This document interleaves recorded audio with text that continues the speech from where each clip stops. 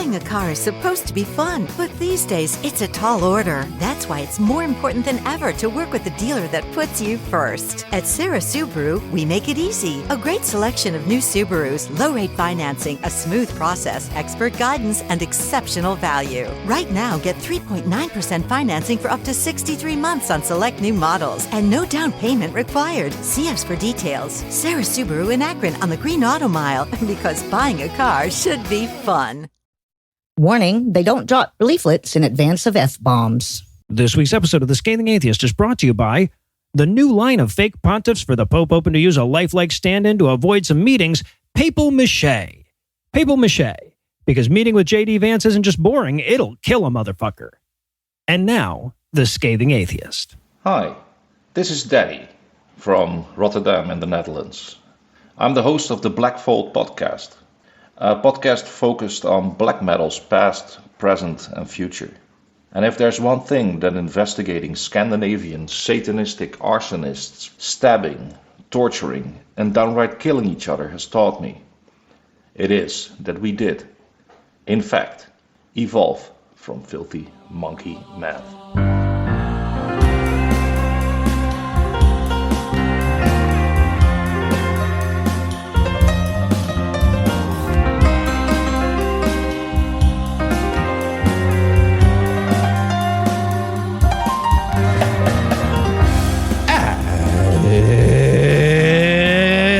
Thursday. It's May 22nd. And it's Canadian Immigrants Day. If only. Right? I'm No Illusions. I'm Eli Bosnick. I'm Heath Enright. And from Sarah Vaughn's, New Jersey, Ann Arbor, Michigan, and Waycross, Georgia, this is The Scathing Atheist. On this week's episode, Gen Z thinks this Jesus fella's pretty skibidi Ohio. The new Pope takes a long look at the story of Cain and Abel. And we'll turn to Dennis Prager for some very questionable answers. But first, the diatribe.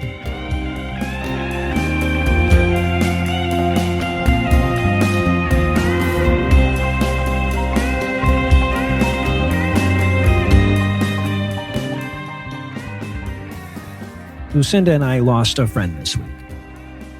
He's a friend that we made through the shows. He came to a couple of our live shows, but then we wound up friends online, and then we got to know each other's cats. And once you know each other's pets, you're all the way friends, right? But the whole time I knew him, he had very serious health problems. So last week, he decided that he'd come far enough, and he chose to stop treatment. And just a couple hours before we were set to record, I got the news that he had passed. Now, of course, he was an atheist.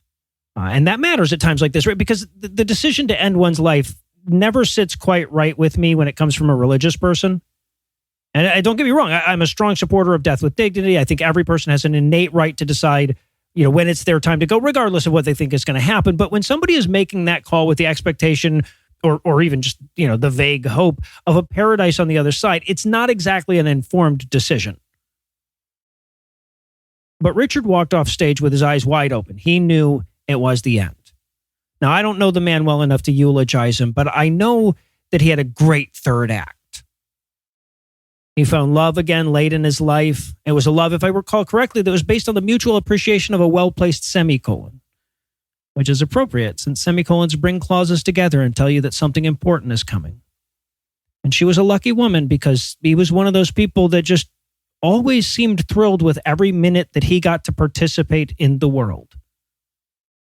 And from what I hear, he kept that up all the way to the end. He was still making jokes as long as he still had enough breath to carry him. And in that, he was a shining example of how wrong religious people are when they talk about atheists. Right? So often we hear Christians use atheism like it's the antonym of joy. We're supposed to be these grumpy, miserable, miserly fucks debauched by our lack of moral compasses and contorted with rage by our temporal insignificance. And sure, that might be my Tinder profile, but it definitely isn't true of all atheists. It definitely wasn't true of Richard. So that's what they don't understand. In so many ways, religion robs one of meaning in its attempt to impose bullshit meaning. How often are we asked some variation of, if there's no God, then what's the point of existence? The implication, I guess, is that because you'll be forgotten, you're pointless. Because in the grand scheme of things, everyone who knew you will die and everybody who knew them will die. And even if you manage fame on the level of Shakespeare, your name is eventually going to burn up when the sun stretches out to the Earth's orbit. And the only thing that could rescue you from this melancholy void is an eternal afterlife. But purpose doesn't need to be eternal to be valid. We don't measure marathoners against infinite distances. We don't measure billionaires against infinite fortunes. And if we did, their accomplishments would seem pretty goddamn meaningless. So why would we measure our lives against eternity? Why should we uniquely employ this impossible standard only to the single most important thing that we could measure? Lives are meaningful one moment at a time, so their meaning should be measured in moments. And if you can keep making meaningful moments right up to the end, congratulations, you won. Put your initials in the fucking high scoreboard and don't let anybody try to tell you the lack of afterlife somehow robbed your life of meaning. Life doesn't need a point. Life is the point. And think for a second about how callous and clouded one's worldview would have to be to miss that. You get to be. You get to have been. You get to be one of the parts of the universe that knows about itself. You get to prevail upon the ceaseless curiosities of the world, to learn and to teach and to wonder and to make and to appreciate art, to sing and to hear songs. You get to be a note in a symphony that's been playing for billions of years. You get to love and to be loved. That may be the greatest lie that religion ever sold us, that something as beautiful as life needs a point. They're talking about your Jesus. We interrupt this broadcast and bring you a special news bulletin. Joining me for headlines tonight are the Lune and Mail to my CL, Heath Enright and Eli Bosnick. Fellas, are you ready to expedite? When one falls. We point and laugh. I haven't played the game. That's fair. Because he's too busy working to bring you entertainment in these dark times, listeners. He doesn't have time for himself. He's too busy slaving away in the fucking pun mines for you on your behalf. And if you want to show your appreciation, May is the month to do it. May is Matreon, where we beg you extra hard for money. Please. Just like that. Our listeners and their generosity is what makes this show possible. So if you can, please go to patreon.com/Scathing Atheist and make a per episode donation or increase your pledge, or go to MAYTREON.com to follow along. And now, on with the headlines. Please. In our lead story tonight, it's very likely that you heard something or read something online in the past week about how Gen Z men are becoming more religious. And while true, I feel it's a little overblown in the media, so I want to throw some water on it. So this buzz isn't coming from a new survey, as near as I can tell, but rather from an article in Vox. And what the article is really highlighting is an increase in the gender gap of religiosity in Gen Z. And rather than marveling at the increasing rates that Gen Z women are leaving the church, the framing that most media has chosen to go with is about the decreasing rates that Gen Z men are leaving the church. So to be clear, they're still leaving. They're just not leaving as quickly as the generations before them. And that's what passes for a fucking revival in Christianity these days. Well, good luck with that. Lots of untapped tithing from incels in their mom's basement who can't chip in for Capri Suns and Lunchables that the solid growth sector for the church. I mean, to be fair, the church has been promising to fight for the rights of young, able-bodied white men for ever. Yeah, I mean, their messaging is very targeted. 25 years. Yeah. So first of all, quick thanks to Vincent for sending this one to ScathingNews@gmail.com. Vincent, see Eli about your possum nipples or whatever. But to understand this story, we need to back up a little bit and talk about this much ballyhooed reversal in the religiosity trend. Because yes, the rate at which religiosity is decreasing in America has slowed considerably, but it's still decreasing. And you don't need to invent a victory for Christianity in order to explain it, right? So as American culture has shifted away from Christian as default, right, as an expectation, atheism scooped up all the low-hanging fruit. Eventually, you run out of low-hanging fruit. That explains literally everything in the demographic shifts.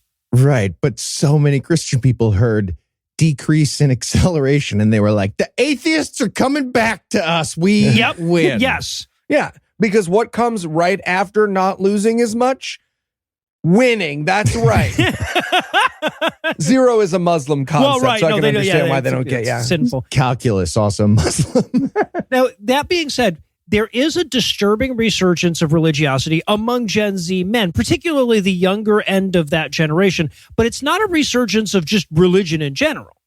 Gen Z men aren't flocking to fucking Unitarianism in the Anglican Church. They're moving towards the heavy homophobia churches and the heavy misogyny churches, which admittedly are most of the fucking churches, but those are the ones that are seeing the resurgence. Red-pilled young men are sold to patriarchy. They're lured in with talk about male loneliness epidemics and reverse racism, and they're staying for the eternal salvation and the gay hate. And to be clear, we're not talking about most Gen Z men, but we're talking about a significant enough number to start popping out of the demographic data at us. I love how much they're misunderstanding it, though. Like, what do we want? An inflection point from concave up to concave down, but it's still going up.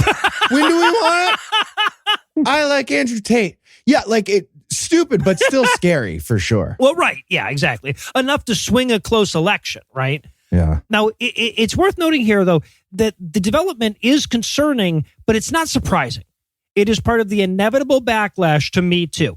Every major surge of feminism in all of American history was followed a few years later by a religious revival aimed at men and emphasizing the good old days of barefoot pregnantness or whatever, right? But what's truly unprecedented is the data on women that this concern for religious men is obscuring, because Gen Z women are leaving organized religion at a rate we've never seen before. They're steadily becoming more liberal, more secular, more accepting of LGBTQ people, more pluralistic, and more feminist. In fact, we've actually reached a point where, with the youngest cohort of Gen Z, men attend church more than women. That's something that we've never seen before. And it's not even clear if the current model of Christianity is even sustainable with that shift. Christianity has always relied on women calling men back to the church after marriage. No idea how they plan to perpetuate the fucking sausage fest that they're building now. And in Witness Me news, be it Scientology or the Catholic Church, there's almost no clearer sign that the bad guys are getting caught than when they start suing everybody. Cease and desist is basically the theocratic version of, and I would have gotten away with it too if it weren't for you meddling kids. So it comes as no surprise this week that the Jehovah's Witnesses are suing a reporter and whistleblower for wiretapping them because he attended a Zoom call that they accidentally invited him to.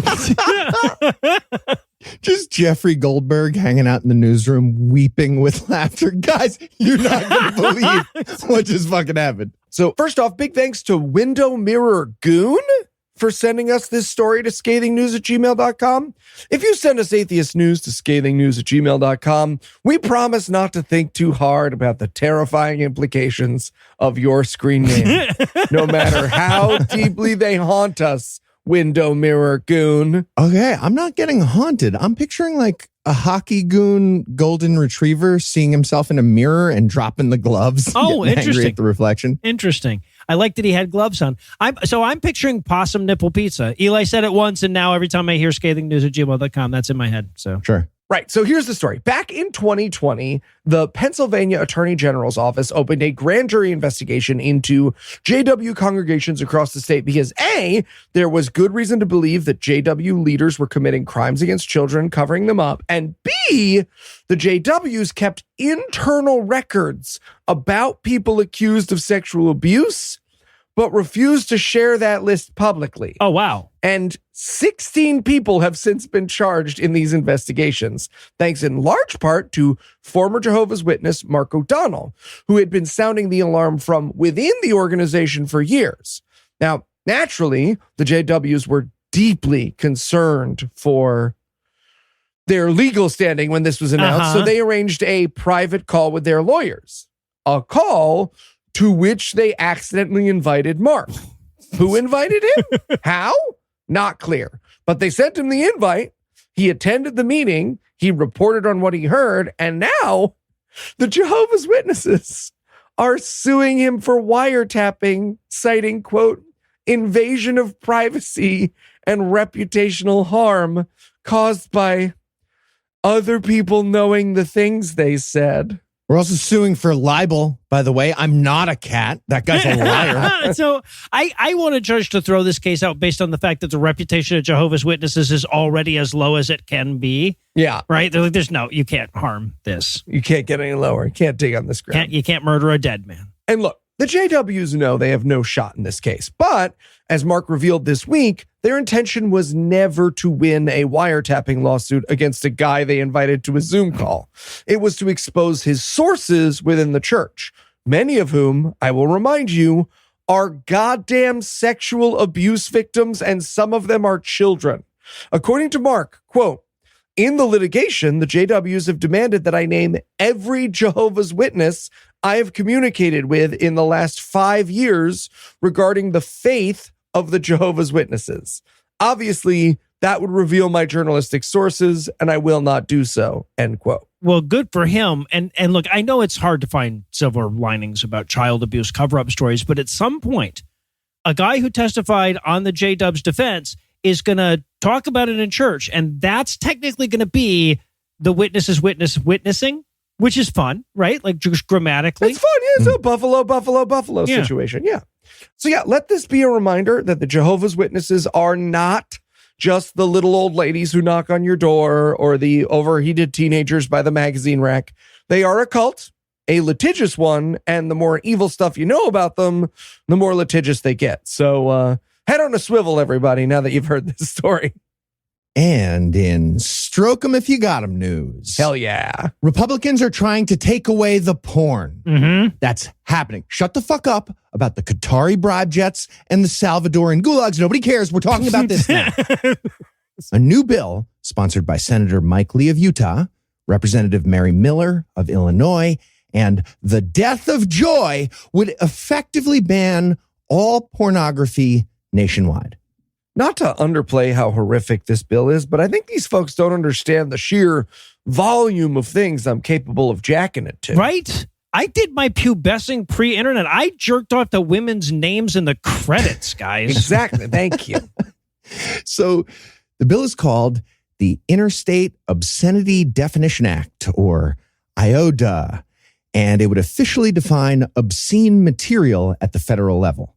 Here's the strategy behind that. We're a country founded by creepy dudes in chastity coats with lots of buckles and ruffle accents. So the First Amendment of the Constitution doesn't protect anything that's considered obscene. With that in mind, the creepy dudes in chastity coats with buckles and ruffles who wrote Project 2025 made this exact plan for legislation, and now these Republicans are trying it. The new law would make it possible to prosecute anyone who possesses or sends obscene material. And obscene would be defined by 3 components. 1, it appeals to the prurient interest in nudity, sex, or excretion. 2, it depicts, describes, or represents actual or simulated sexual acts with the objective intent to arouse, titillate, or gratify the sexual desires of a person. And 3, it lacks serious literary, artistic, political, or scientific value. Okay, not only do those definitions already exist in better forms, all they very clearly added was shit porn. Right, yeah.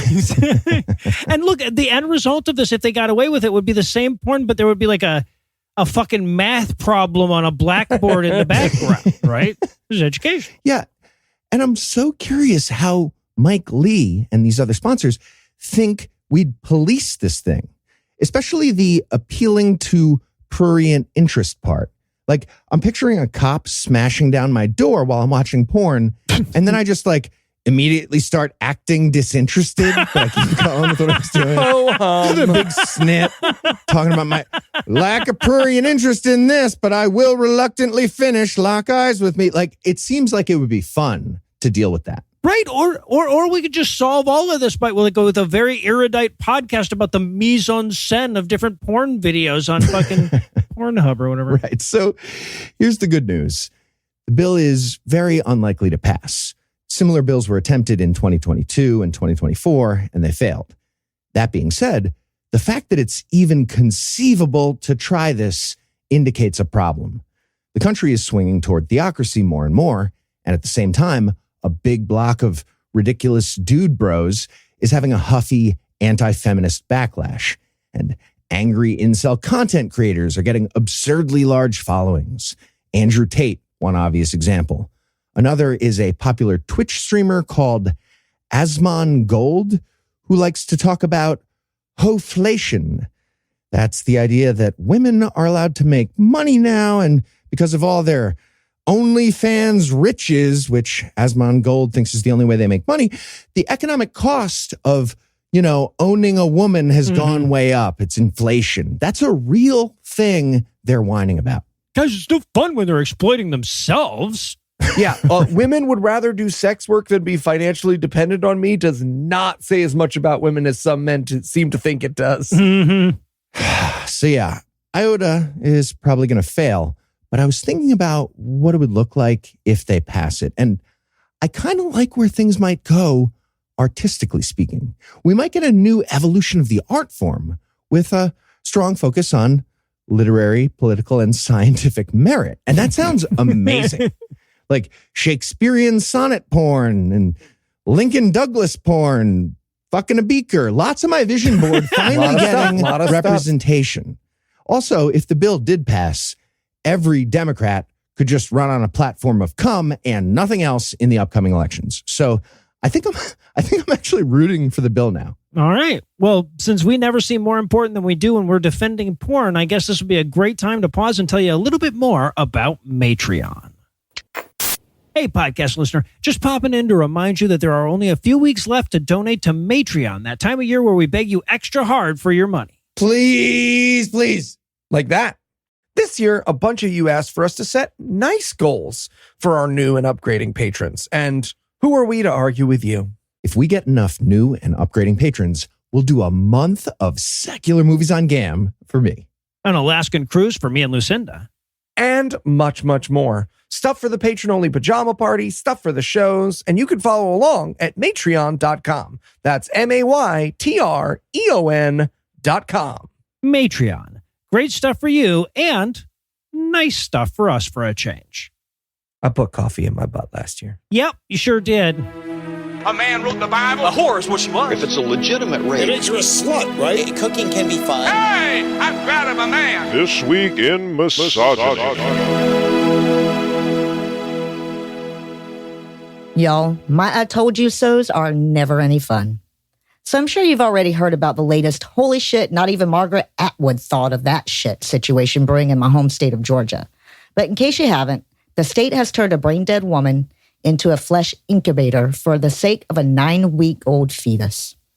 This is the story of April Newkirk, a 30-year-old Georgia woman who went to the hospital in February for severe headaches.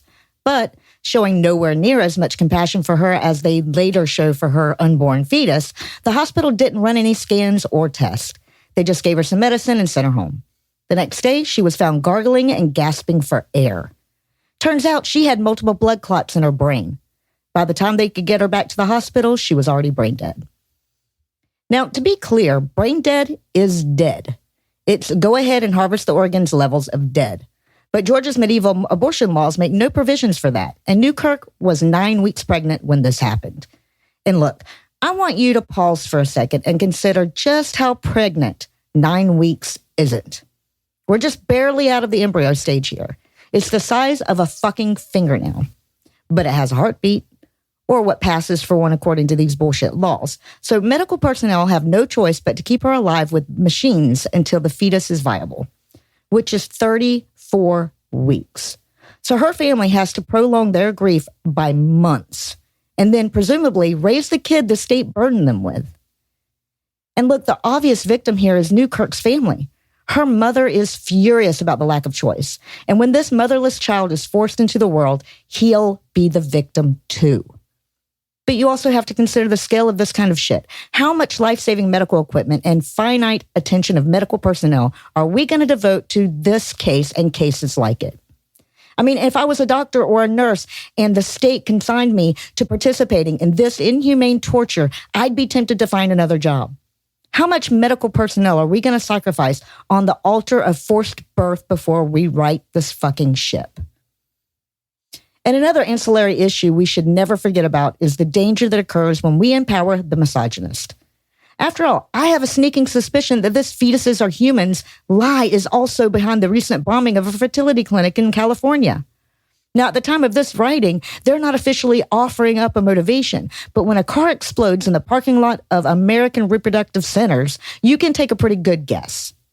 Either it was a Christian terrorist trying to save unborn clusters of cells, or else it was a Tesla. But I'm not only bringing you bad news this week. See, as you may know, dear leader is going to be celebrating his birthday with a fascist military parade through the streets of D.C. on June 14th. And officially, it's because that's the Army's 250th birthday. But it's also Trump's birthday, and that's absolutely why they're doing it. But that's also why the Women's March chose that date to revive their efforts and possibly ding the shit out of Trump's precious news cycle. It would be pretty awesome if every story about his parade ended with a reminder that way more people showed up to march against him.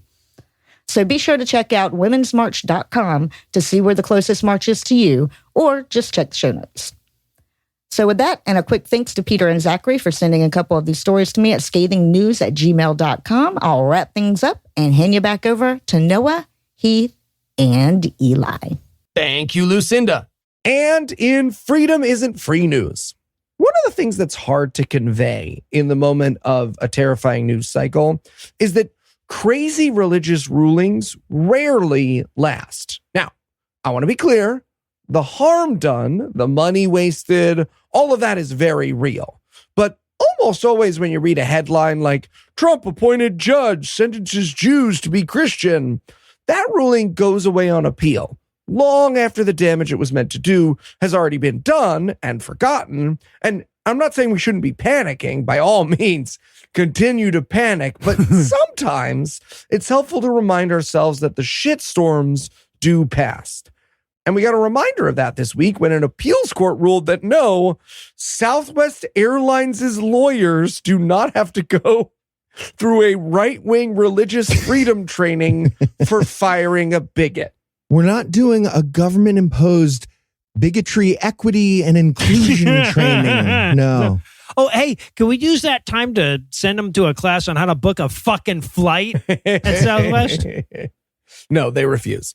Okay. So regular listeners might remember this story from way back in August of 2023, when optimistic rubes like myself were looking forward to a Kamala Harris presidency, and our biggest worry was that Maui was on fire.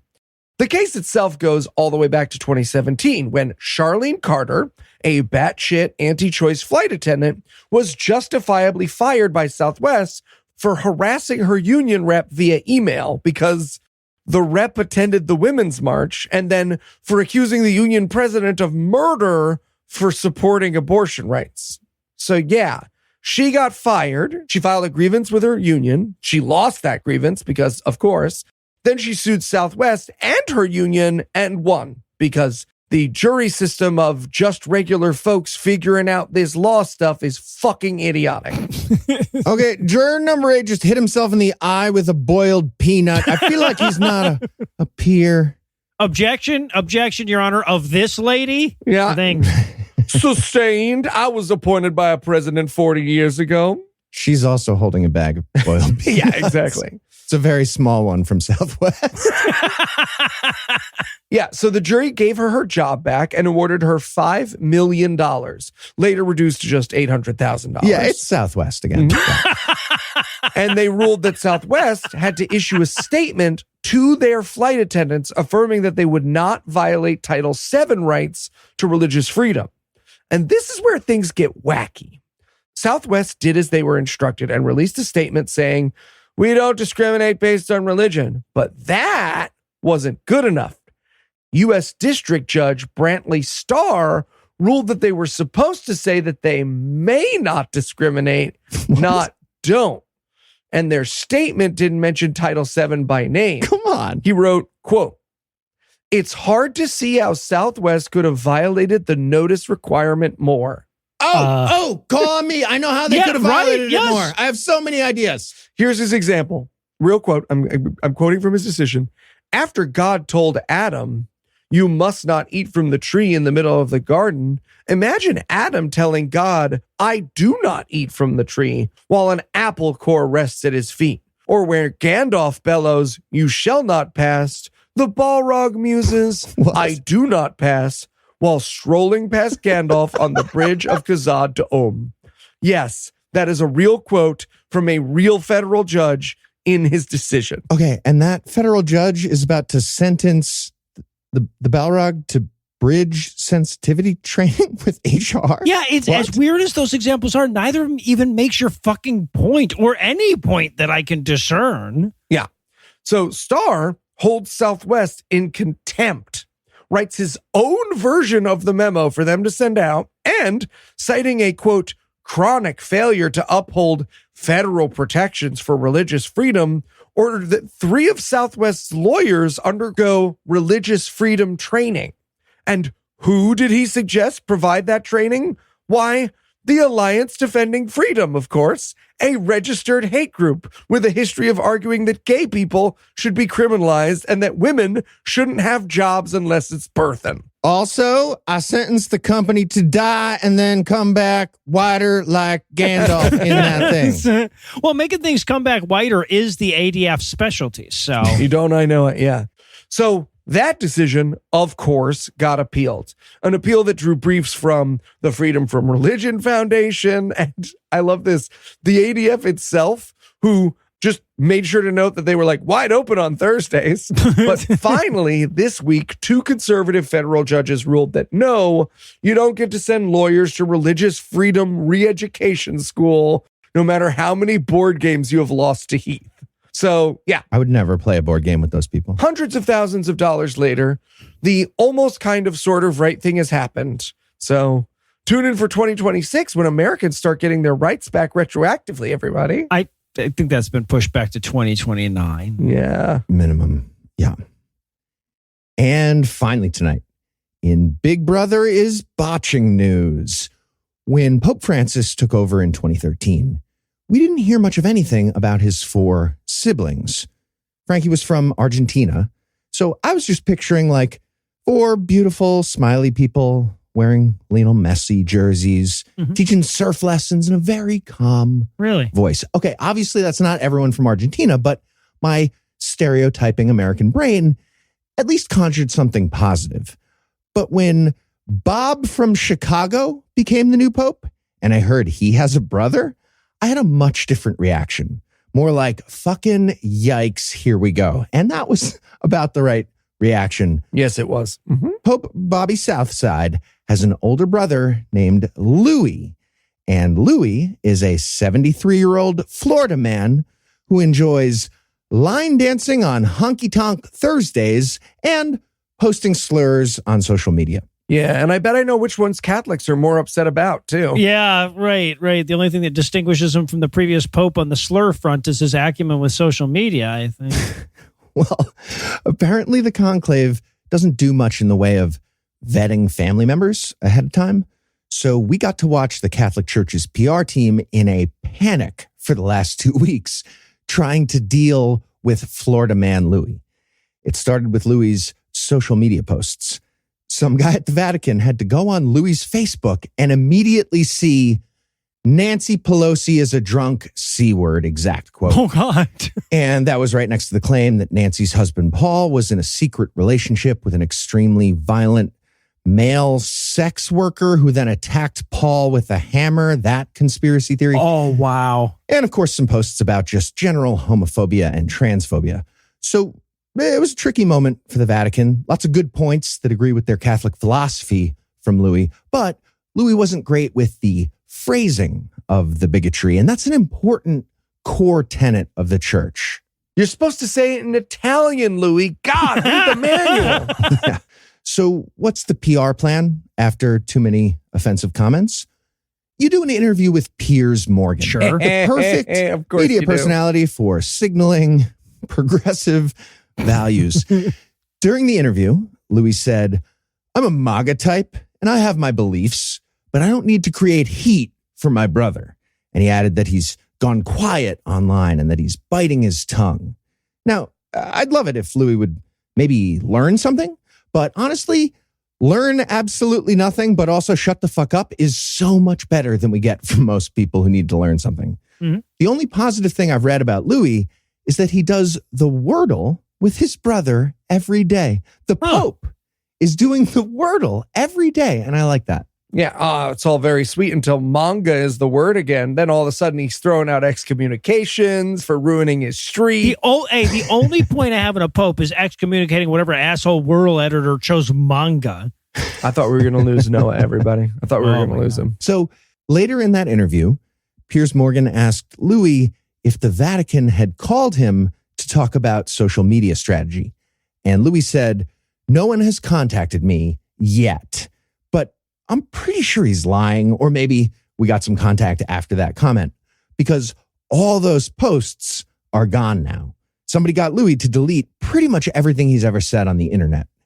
And I'm guessing that involved some old Italian bishop and a 73-year-old Florida man just smashing computers and phones and fucking VCRs with a baseball bat and yelling at each other. And then finally getting the Vatican's like one IT guy under 50 years old to walk him through it." And thanks for doing this, Chris. Hey, when you die, do you want us to put you in a box and cut out your heart? No? Okay, I was just asking. We ask.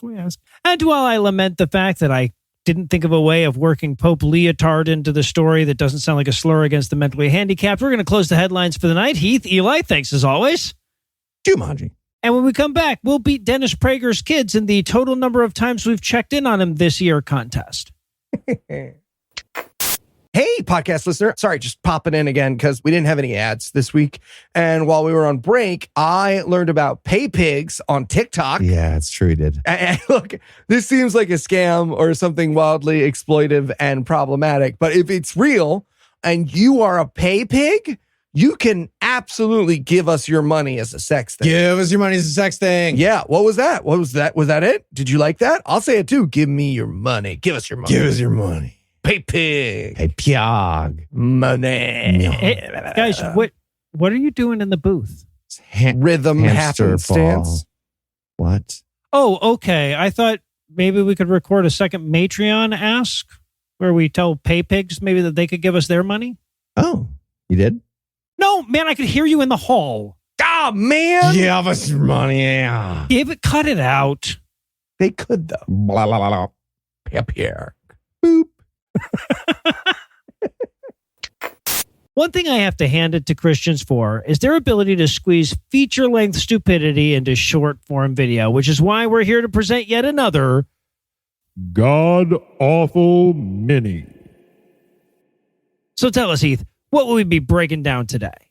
We watched 2 different videos from Prager University. Yeah. Ooh, asterisk. a tasting menu. Yeah, almost there on getting my degree, asterisk. A master's of race is what we're going to talk about. The first of those videos is called The 2 Ways to React When Evil is Done by a, quote, religious person. It's the story of how the world would be too boring without pedophiles, It I is, think. though. That's I'm the pretty argument sure that he makes in the that's video. the video. And the second one is called A Message to the Christian Left. It's the story of how Black people don't like Dennis Prager, and he wants a law to fix that. Yes, he would. Again, seriously, that's the argument. We watched the first video and I'm like, well, the second video can't possibly be better than that. And it starts off with him going like, here's what I got to say to the blacks. And I'm like, oh, Dennis. Yep, that's where he Coming in starts. hot. That is where he starts. And Eli, how bad were these minis? Well, if you love the religious apologetics of the Christian right, but you wish it had all the delicacy and sensitivity of your grandma being escorted out of bingo by church security, you will love this movie. It's not so much the horrifying things that Dennis Prager is saying, so much as he is saying them in the voice of an allergist telling you Claritin doesn't work. Right. All right, so is there anything you guys want to nominate this one for being the best at being the worst at? Yeah, I'm going to go with best worst.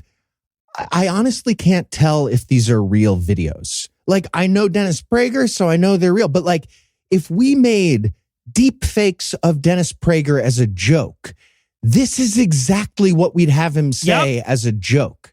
Yeah, and speaking of which, I was going to go with best worst anger Right. So at one point, Dennis has to calm himself down, right? As he gets very emotional, but he's completely devoid of emotion throughout. He's just he's ordering a fucking sub sandwich throughout. We've all seen Jews be angrier about how many pickles were brought to the table than Dennis Prager will claim he is about child rape. Yep. And I'm going to go with best worst. Trust me. Someone behind the camera agrees with me. We'll talk about it when we get to it. Oh, I love Megan. Megan was great. Oh, Megan. All right. So we're going to open up with a video that's called The 2 Ways to React When Evil is Done by a Religious Person. And we should point out that the word religious is in quotes in the title. So even the title is trying to sneak in a no true Scotsman fallacy. Right? Exactly. But he's answering a question that one of his viewers sent to him. Yeah. So what they do for these videos is they have these like long live streams that are called fireside chats where Dennis Prager just fucking vamps. And then they break them into little videos so that we have C segments for our podcast. Yeah. And then that's what we're watching. We're watching two of those We questions. couldn't handle the whole fireside chat. But yeah, but he's answering the question, how can we help heal the wounds of people hurt by bad or unhappy religious people? But the person asking the question, they have a friend who is an atheist because a member of his mother's church molested him. Yeah, we watch Dennis Prager. He keeps digging himself these huge holes. He's reading this thing off his iPad, and it's the person who wrote a letter or an email to him, whatever. And it says, my friend is an atheist because a loving God wouldn't let him get sexually assaulted as a child. And then Dennis Prager's just like, fuck, that's a tough one. I'm against sexual assault, but I'm all the way against it. I don't know what else to do here. Yeah, this is where he has to calm himself down. He's like, oh, I need to take a minute. I have to contain my rage against child molesters. I'm like, or what? Dennis Prager, you sloppy piece of fucking shit. You're going to go all taken on the child molesters if you don't contain yourself. Dennis, I will single-handedly fund your Liam Neeson turn into I'm an action movie star now. I feel like Liam Neeson has some lectures at Dennis Prager's university too. Yeah, but despite this email goes on for so long going now, despite my friend's atheism, he is a good person. He's very bright, courageous, polite to others. This is a weird list. It's such a telling thing about Christian values, though, right? Because they have to be like, no. I know when I say atheist, you're picturing just face down in a baby torso, just eating all the flesh they can get his teeth on. And cowardly and stupid. He says, please and thank you. But he's happy when he does that politely with the torso. Well, okay, but then it ends. The end of the email says, even if I can't bring my friend to God, I want him to be happy. Okay, if you had to add that first part, you're terrible. Right. You just want people to be happy. I want my friend to be happy. It doesn't have extra hurdles in atheism. Right. But apparently it does for Dennis Prager. And we should point out that all the way through this, he's being constantly edited, right? He'll be like mid-sentence and they'll just edit it, which is a fairly common thing that, people do on YouTube when they're doing long monologues, but he cannot get through 6 fucking words without an edit through any of these videos. At this point, he finishes the question and he goes, well, I have an emotion-based answer. So that is lit. I transcribed that into our notes. My closed captioning just said foghorn leghorn, not sure. This was the best he could manage with an edit. But yeah, he says he has an emotion-based answer and a reason-based answer. He doesn't. No, what he actually means is you're being too emotional about your molestation. He sure is. I have a rational way for you to look at that. Yep. he says at this point, he says, the fact that the molester seemed to be religious was irrelevant. And I'm like, seemed to be? Really? It's a HIPAA violation to even mention the fact that he's church member and pedophile. And he says, look, I get it that you were molested by a so-called religious person, but we don't hold things against a whole group of people. And I was like, are you sure, Dennis Prager? Because I watched ahead and I've seen the second video, Dennis Prager. So yeah, but that's a strong start, right? He's like, okay, so first of all, I think this child rape victim is being very irrational. Very judgy. Jesus Christ, man. He goes, look, if you wanted a fucking world without the occasional child rape, maybe you should have thought of that before you were descended from Eve. So, and then he gives this bizarre fucking example. He goes, okay, look, if there was a machine that made you happy by manipulating your nerves all the time, you wouldn't live in that machine, would you? And like, yes. What? Why would you not? My dude, my phone is a machine that makes me unhappy, and I live in it all the time. Were you fucking talking about that? Was such an upgrade. What's great is I feel like he read the first half of the utilitarian pleasure monster argument. Yep. Yeah, pleasure monster sounds great. I want to be one of those. But he has to have stopped mid-sentence. Like, he can't have made it all the way through the sentence. You wouldn't want to have pleasure all the time, would you? Why would you not want that, Dennis? What the fuck is wrong with you? I get it. Yeah. Machine that makes you happy, bad. I don't need to read the predicate.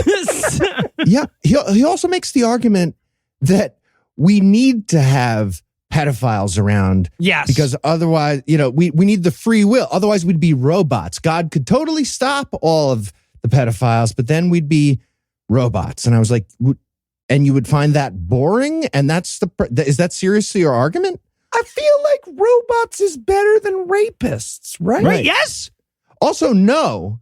We'd be people who don't do raping, not robots. We would just not do that, and we would choose among other options besides that one. It's amazing that they seem to think that once you take child rape off the decision tree, well, there's really no decision tree left, right? Yeah. Like God's being like, if I stop all the crimes, that would remove free will. I need somebody to yell from the background, hey, what if you just stop just the one thing, just the child rape, just get rid of that one.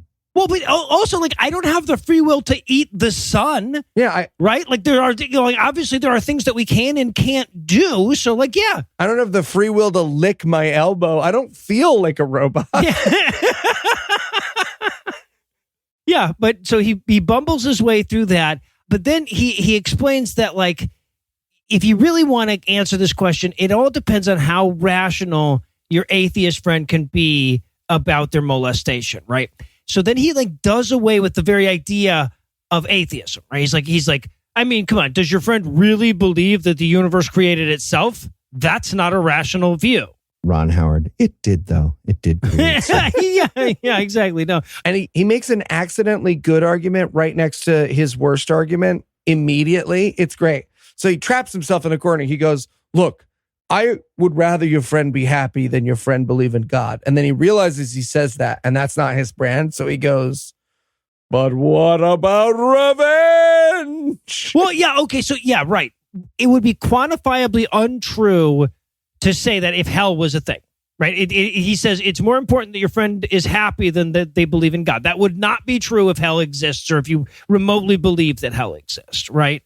But then he's like, no, but he would be happier if he did believe in God.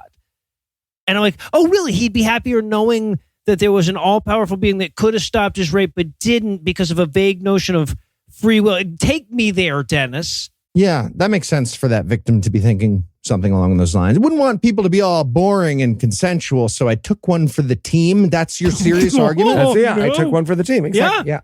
Right, but yes, but then he gets to his final argument, his revenge argument, right, where he goes like, well, hey, if you believe in God, you get to imagine this guy burning in hell forever that molested you, huh? That's psychologically healthy, right, for you to do? And then, because he realizes what a terrible argument it is, he looks off camera and goes, Megan nodded. This guy gets it. Megan. He's literally this guy gets it, the one person who's in the room that he's paid to be there. Megan off camera agrees with you. Wouldn't know Megan. She's there though. She's from Canada. Yeah. Where the brothers at? So that's the next video. Here's the thing though. If you believe in Christianity, then the molester guy, he just told his brain that he was sorry later and got into heaven anyway. Yeah. Right? So, in fact, if your bullshit is true and your atheist guy finds God, he's going to probably run into his molester in heaven eventually, and that's going to be super fucking awkward. Or he doesn't believe in God, then he ends up burning in hell while the molester goes to heaven. Also, Dennis Prager doesn't believe in afterlife punishment because he's fucking Jewish. Yeah, well, so I don't know what that. the fuck he is talking about. Yeah. He claims only God could punish the terrible rapist, but we could do it right now also. Sure. If only there wasn't a church covering it up.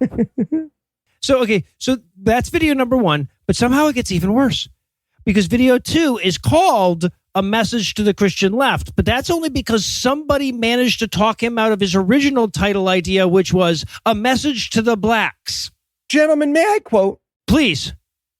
I wish there were leaders in America today saying to Black America, you cannot hate a white. That is bold start. The opening fucking line. Okay, so Let him cook. He's got this. So quick peek behind the scenes. The first video that we chose was about the Fed. We thought that would be a really fun one about like a bunch of conspiracy theory bullshit, but it was just explaining how the Fed worked. It was no good. And I called the late audible. I was 4 minutes into it. I'm like, guys, this isn't going to work. This isn't funny. And Eli sent me another video and he's like, will this one work? And it was this second video that he sent me first. I am 9 seconds in and I'm like, yup. Yup, this one will do it. That'll do, pig. That'll do. So, yeah. But he explains to us that there's a law in the Bible that says, in Deuteronomy, that says, do not hate an Egyptian. Right? So even though the Egyptians enslaved the Jews, they're not allowed to hate them, much like the whites enslaved the black right folks. And we all know historically that Jewish people have never hated an Egyptian person. We should try to do the same thing here in the United States. And hey Dennis, does it feel good to be the Egyptians in your metaphor? Yeah, right. So yeah, but then he explains that the only reason that other people aren't agreeing with him publicly is because they're a bunch of fucking cowards. They're afraid. Yeah. Yep. He says, and I quote, there is no other explanation. And I'm like, well, maybe you're a bigot, Dennis. I've got one. It's so funny because he's like, there's all this hate against whites from the black people and also resentment and anger and jealousy. It's a lot of negative emotions. And I was like, oh, okay. So they don't get to have any negative emotions towards white people. Yes. It's not just hate. They don't get to feel like sorrow. Right. They're just bringing up old shit. Yeah, exactly. It's been so long since slavery. He actually says that. Literally where he goes, it's been 160 years. Get over it, the blacks. Yes. His actual quote is, so the thing he said about the Bible, he was like, this was one generation later and they had a law that was don't kill. And he goes, guys, it's been 160 years after slavery. It's not one generation. And then I wrote in my notes, it's 6. Yeah, wow. Unless you don't count from the beginning of slavery or if you count Jim Crow, in which case it's none. Right. Well, he realizes that he skipped that. He's like, oh, fuck. Well, there's also Jim Crow and like a bunch of racism ever since. So I guess they're bringing up new shit too. Fuck, hold on. Stop bringing up white people died in the Civil War. And then he's like, wait. I found it. We've been so cool to the black people since World War II. So cool. Yes. Yeah, he's like, since the Civil Rights era, he literally says, since the Civil Rights era, there's really no excuse for all this resentment. Whoo! There's no one in his life that's willing to tell him no, that he can't put that video out into the world. Just finish spraying someone with a hose and then you help them up and you're like, we're good, right? Like this is Jesus Christ. You're okay. Okay, that was going so fucking badly and then he made it worse. He made all of those arguments and then he's like, hold on, I got another one. The Civil War ended slavery and so many white people died during that war. That was an actual point he made. Yeah. Yep. An actual point he makes. Well, if you think about it, a lot of white people died to end slavery too. Yeah. And I'm like, but they're not the ones that started the war. Right? Like it was the fight. It was the white people fighting for slavery that started the war. The other white people were just finishing a war some racists started. and now that I think about it, Jewish people are afraid to talk about this, but 8 million Germans died while the Holocaust was getting ended by that war. You're welcome. No. Wow. They're afraid to face it, Heath. They're afraid to face it. Yep. Their number's only like 7, allegedly. But then he tells the blacks that God is pretty serious about this reverse racism stuff. So you might want to, back off all of that white hate that y'all are known for. And then he fucking sundowns. Doesn't he, though? Okay, gentlemen, this is like 1% off what he does. Nobody hates white people like white people. They live on hatred. And now China classes, courses. Yeah, okay. Business schools. Right. Yes. He's like, yeah, you shouldn't lump people in all as one group because that's what the Chinese did. Okay, he actually says that. He says wokeists are obsessed with all these, I think exact words, Chinese revolution-like classes. Yes. And like the hated classes during the Cultural Revolution in China were literally called black classes. Yeah. Those were like the rich people, but still, like you need to know that detail, Dennis, before you say that. Yeah.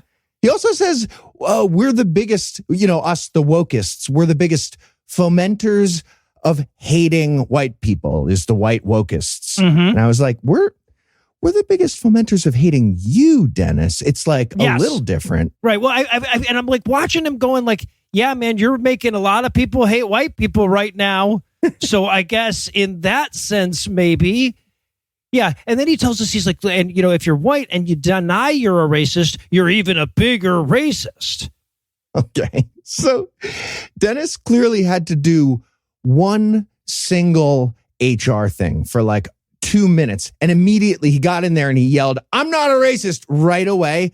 This video is what he learned from that experience. Yes, exactly. Yeah. He was told about subconscious racism in like 2001 and he still hasn't gotten over it. Yes. Through a telephone game he played with Matt Walsh. Right. Well, and also he goes, you're racist just for being a white. And I'm like, dude, you just used the term "a white." Okay. Like that's a pretty big red flag that maybe you're a racist. And then I love this so much. He says, look, that lie, which is the lie of racism existing, is as bad for black people as it is for white people. And we're supposed to be like, oh, that's really bad. That's Seriously, that's the argument. Like hating a white guy is actually racist against black people, if you think about it. Because you can't be black happy. Black people are the real white supremacists, if you think about it. Yes, that's what he said. That's the end of this video. Yeah. No, sorry, Heath, I hate to argue with you, but the actual end of this video is you can't be a happy or healthy person if you feel like you're a victim and you're filled with hate.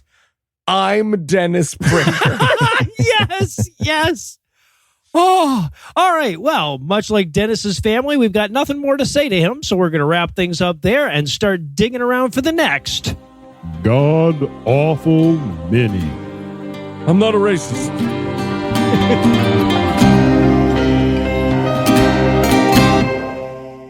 Before we close our pedals back up for the night, I want to thank everybody who's already donated to help make Matreon a success again this year. Laughing at the world around you is one of those things where the harder it is to do, the more important it is to do. And without our patrons, we genuinely wouldn't be able to keep helping you do that. So with all sincerity, thanks, patrons. Anyway, that's all the blasphemy we've got for you tonight, but we'll be back in 10,022 minutes with more. If you can't wait that long, be on the lookout for a brand new episode of our sister show's Hot Friend God Awful Movies, debuting at 7 a.m. Eastern on Tuesday, and an even newer episode of our half-sister show Citation Needed, debuting at noon Eastern on Wednesday. Obviously, I can't expect the RSS feed to accept this episode if I don't thank Heath Enright in advance for helping me crush it Codenames this weekend, Eli Bosnick for getting to Portland early and picking up weed for me because I land after the weed shops close. Yes, that's how good a friend Eli is. I need to thank Lucinda Lugeons for not ripping anybody's face off over the news she had to cover this week. although, depending on the face, I would forgive you, Lucinda.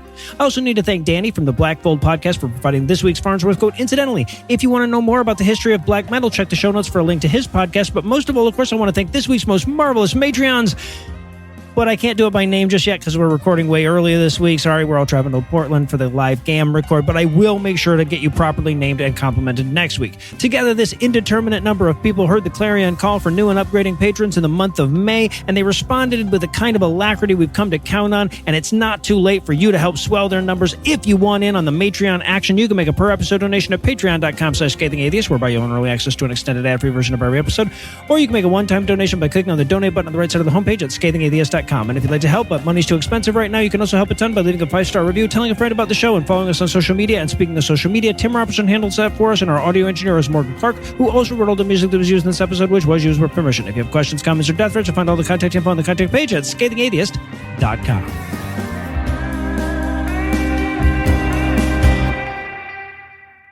What is Pain Pig? I don't know what that is, actually. It's a whole thing. It's a trend actually, on it's a TikTok kink? right now. Yeah. So it's like fin dom. So I don't know. Oh, wow. Yikes. Yeah. Jesus. This content is CAN credentialed, which means you can report instances of harassment, abuse, or other harm at their hotline at 617-249-4255 or on their website at creatoraccountabilitynetwork.org. The preceding podcast was a production of Puzzle and a Thunderstorm LLC, copyright 2025, all rights reserved.